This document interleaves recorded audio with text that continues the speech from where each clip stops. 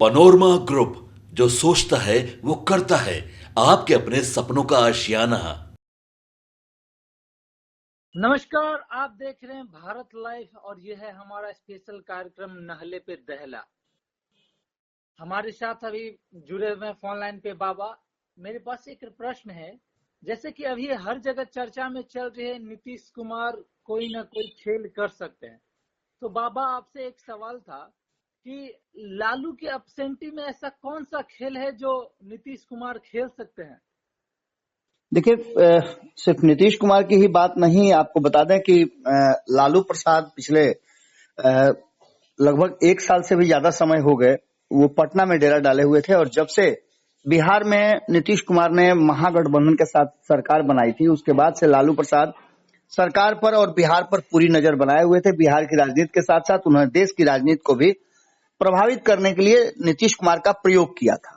आपको मालूम होगा कि नीतीश कुमार को लालू प्रसाद ने आगे बढ़ाते हुए देश भर में एक गैर भाजपाई संगठन बनाने की और गठबंधन बनाने की तैयारी शुरू की थी, जिसमें काफी सफल भी रहे थे।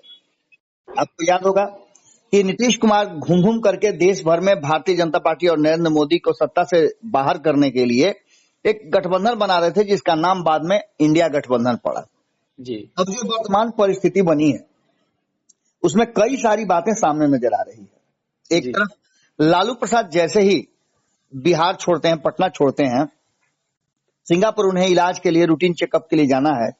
इस बीच में आपको बता दें कि लंबे समय से लालू प्रसाद का डेरा डाल करके खूंटा ठोक करके बिहार में रहने का असर ये हुआ कि नीतीश कुमार वो जो तिकड़मबाजी कर पाते वो नहीं कर पाए, और न ही महागठबंधन के भीतर कोई भी इस तरह की बात हो पाई। अब आपने सुना होगा कि कई नेताओं के नाम सामने आ रहे हैं जो राष्ट्रीय जनता दल और महागठबंधन छोड़ करके एनडीए और नीतीश कुमार के साथ आने वाले हैं जी। लेकिन इसके साथ साथ आपको याद होगा कि नीतीश कुमार का फोकस झारखंड में बहुत बढ़ा है, क्योंकि झारखंड में चुनाव होना है और इसको लेकर के कहीं ना कहीं जो चीजें सामने चल रही है वो काफी कुछ कहानी कह रही हैं। ऐसे में जैसे ही लालू प्रसाद आउट होते हैं तो झारखंड में राजनीतिक घटनाक्रम तेजी से बदलता है और जल्दी ही कोई बड़ा खेल होने की संभावना व्यक्त की जा रही है। झारखंड के पूर्व मुख्यमंत्री जो लगभग 5-6 महीने तक चंपई सोरेन रहे, उन्होंने दिल्ली में जाकर के लोगों से मुलाकात की और उसके बाद से ये चर्चा शुरू हो गई कि वो भारतीय जनता पार्टी के संपर्क में है। जेएमएम वेट एंड वॉच की स्थिति में था और चंपई सोरेन के अगले कदम का इंतजार किया जा रहा था। लेकिन इसका असर न सिर्फ जेएमएम पर पड़ेगा बल्कि इसका प्रभाव झारखंड की महागठबंधन सरकार के साथ साथ बिहार और बिहार के साथ साथ अन्य राज्यों पर भी पड़ेगा, क्योंकि ये छोटा मोटा कोई कारण नहीं है, एक बड़ा कारण है और धीरे धीरे इसका प्रभाव जो है वो दिखने भी लगा है। नीतीश कुमार एक करीबी मंत्री के दावे की अगर बात करें तो झारखंड ही नहीं बिहार सहित अन्य राज्यों में भी इसके असर पड़ने वाले हैं और कहीं ना कहीं महागठबंधन में बड़ी भगदड़ मचने वाली है। झारखंड की राजनीतिक घटना पल पल बदल रही है और राजनीतिक घटनाक्रम के प्रभाव के कारण बिहार में भी नीतीश कुमार के करीबी जो अशोक चौधरी हैं, मंत्री भी हैं उनकी सरकार में, उन्होंने कई दावे किए हैं और आपको बता दें कि ये झारखंड के प्रभारी मंत्री भी हैं। ऐसी स्थिति में इनके बातों को आप सामान्य ढंग से या यूं ही नहीं ले सकते हैं, इसके कई मायने भी हैं जी। इधर बीच में आपने देखा होगा कि झारखंड महागठबंधन की सरकार के साथ जो हो रहा है उन्हें उनके विधायक विद्रोह कर रहे हैं और विद्रोह थामने का नाम नहीं ले रहा है। ऐसे में महागठबंधन के टूटने के आसार अधिक हैं। कहा तो ये भी जा रहा है कि भारतीय जनता पार्टी झारखंड में दबाव बना रही है और दबाव बनने का कारण होगा कि वहां की सरकार अस्थिर भी हो सकती है। आरजेडी और कांग्रेस के कई विधायक एनडीए के संपर्क में हैं, ऐसी बातों का भी उन्होंने दावा किया है। बहुत जल्द वैसे विधायक हमारे साथ होंगे। अशोक चौधरी कहते हैं कि आज झारखंड में जो कुछ हो रहा है तब उन लोगों की बेचैनी बढ़ रही है और आरोप लगा रहे हैं, लेकिन जब कुछ महीने पहले महागठबंधन के लोग हमारे विधायकों को तोड़कर सरकार में शामिल करने की कोशिश कर रहे थे तब क्या नजर आ रहा था। उन्होंने कहा है कि बिहार में जिस तरह से लालू प्रसाद और उनकी टीम एक्टिव होकर के बिहार में सरकार गिराने की कोशिश कर रही थी, उनका कहना था जब इसी साल फरवरी में जब सरकार अपना बहुमत साबित कर रही थी तो आरजेडी की तरफ से यह दावा किया जा रहा था कि इंडिया गठबंधन, माफ कीजिएगा, एनडीए गठबंधन के बहुत सारे विधायक जो हैं उनके संपर्क में हैं। अशोक चौधरी बिहार में आरजेडी और कांग्रेस विधायकों की नाराजगी की वजह भी बताते हैं और वहीं झारखंड में भी उन्होंने अपना नेटवर्क फैला दिया है। कई विधायकों को आरजेडी और कांग्रेस के नेतृत्व में बड़े सपने दिखाए गए हैं, टिकट देने का वादा किया गया था, लेकिन कुछ विधायक भी उधर शिफ्ट नहीं हुए। अब जो वर्तमान परिस्थिति बनी है कि खुलकर सामने आ गए हैं ऐसे विधायक और इन विधायकों के इधर उधर जाने से काफी कुछ बदलने वाला है। आरजेडी के प्रवक्ता इस बात से इनकार करते हैं और कहते हैं कि इंडिया गठबंधन के कुछ भी नहीं होने वाला है, चाहे वो नीतीश कुमार हो या भारतीय जनता पार्टी हो, खुशफहमी में जितना जीना है जी ले। जदयू पहले अपने विधायकों को बचा ले जो टूटने के लिए तैयार है। महागठबंधन में तमाम विधायक पूरी एकजुटता के साथ हैं, ऐसा कहना है राष्ट्रीय जनता दल का। अब ऐसी स्थिति में ये सारी बातें और सारी चर्चाएं तब शुरू हुई हैं जब लालू प्रसाद बिहार में नहीं है। आपको बता दें कि इस बात को लेकर के तेजस्वी यादव ने भी यात्रा का जो ऐलान किया था, उनकी यात्राएं अब धीरे धीरे करके शुरू हो गई है। इधर देखा उन्होंने अपनी इस यात्रा की शुरुआत, ये कह सकते हैं कि उन्होंने राघोपुर से शुरू किया था, अपने संसदीय क्षेत्र, अपने विधानसभा क्षेत्र से। आपको एक बात बहुत महत्वपूर्ण बता दें कि बिहार और झारखंड दोनों एक साथ सटे हुए हैं और दोनों में ही जो कुछ भी होता है उसका असर पड़ता है। एक तरफ जहां चंपई सोरेन ने अभी इस बात से इनकार किया है कि वो कहीं नहीं जा रहे हैं, कुछ भी नहीं है, ये सिर्फ मीडिया का बनाया हुआ एक नया परसेप्शन है, इसमें कोई सच्चाई नहीं है। लेकिन जिस तरह से वो कह रहे हैं और जिस तरह से चिट्ठी जारी हुई है वो बहुत सारी बातों को जन्म दे रही है।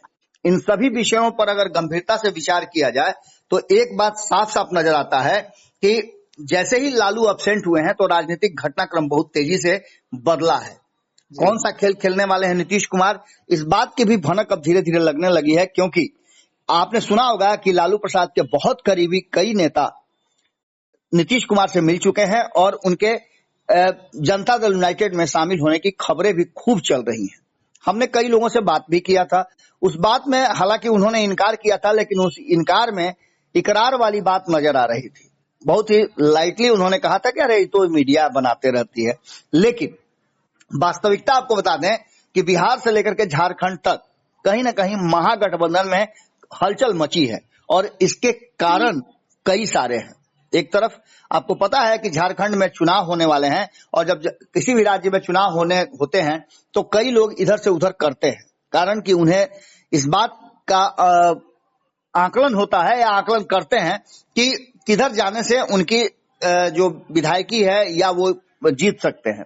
ऐसी बातों को लेकर के बहुत सारे उलट पुलट होते हैं। आपने सभी चुनाव में देखा होगा कि ऐसे उलट पुलट अक्सर हुआ करते हैं। अब झारखंड की बात अगर करें तो झारखंड में जो वर्तमान परिस्थिति बनी है उसको लेकर के हेमंत सोरेन का भी बयान आपने सुना था। दूसरी सबसे महत्वपूर्ण बात कि भारतीय जनता पार्टी अक्सर इस तरह के प्लान बनाती रहती है, योजनाएं, रणनीति तैयार करती रहती है जब वो थोड़ी कमजोर होती है तो अपने आप को मजबूत करने के लिए। हमने कल ही खबरों में बताया था कि भारतीय जनता पार्टी की नजर अब कई राज्यों पर है, जो राज्य और जिन राज्यों के जो दल के जो मुखिया है और वो दल कभी एनडीए का हिस्सा रहे हैं। ऐसे में हेमंत सोरेन भी कभी एनडीए का हिस्सा रहे हैं। इसके साथ साथ अन्य राज्य, पश्चिम बंगाल की भी बात करें तो वहां भी उथल पुथल मचा हुआ है, वहां की भी चर्चाएं शुरू हो गई हैं।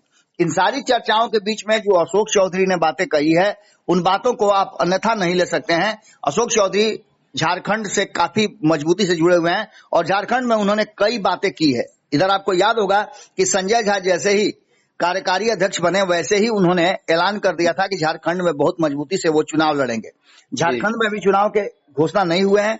जनवरी में 5 जनवरी को वहां की सरकार का कार्यकाल खत्म हो रहा है, उससे पहले वहां चुनाव होंगे या फिर राष्ट्रपति शासन लागू होंगे या सरकार बदलेगी, इन सारी संभावनाओं से इनकार नहीं किया जा सकता है। जो वर्तमान परिस्थिति बनी है उसमें निश्चित रूप से हेमंत सोरेन काफी चिंतित होने चाहिए, क्योंकि उनके द्वारा ही बनाए गए जो मुख्यमंत्री थे चंपई सोरेन, उन्होंने एक तरह से समझिए तो बगावती सुर अपना लिए हैं। अब ऐसी स्थिति में वो और उनके पुत्र, जैसा कि संपादक नमन शाह जी बता रहे थे कि लगातार प्रयासरत हैं कि उन्हें अगला कदम क्या उठाना चाहिए।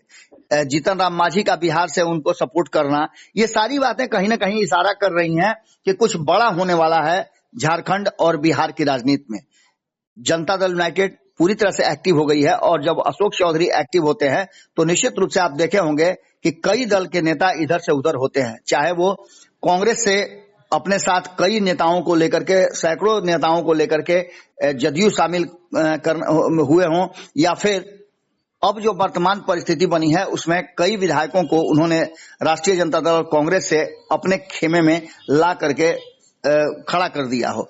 अब देखना दिलचस्प होगा कि बिहार में भी एक साल में चुनाव होने वाले हैं और इधर झारखंड भी बहुत तेजी से चुनाव की तरफ बढ़ रहा है। ऐसे में जो अशोक चौधरी का बयान है वो कितना कारगर होता है, लेकिन एक बात तो तय है कि ये सारे बयान लालू प्रसाद के अब्सेंटी में हुए हैं और लालू प्रसाद के यहाँ रहते हुए इन सब चीजों की चर्चा नहीं हो रही थी।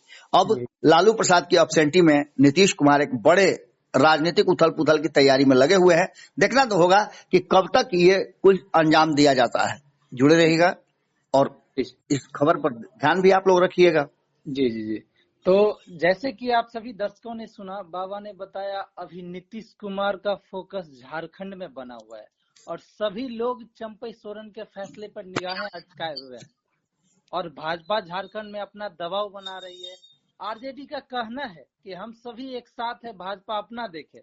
कुछ न कुछ ऐसा खेल कर सकते हैं नीतीश कुमार जिससे राजनीति में कुछ ऊपर उलट पलट हो सकते हैं। इसी प्रकार का खबर देखने के लिए हमारे साथ बने रहें। तब तक के लिए धन्यवाद। पनोरमा ग्रुप, जो सोचता है वो करता है।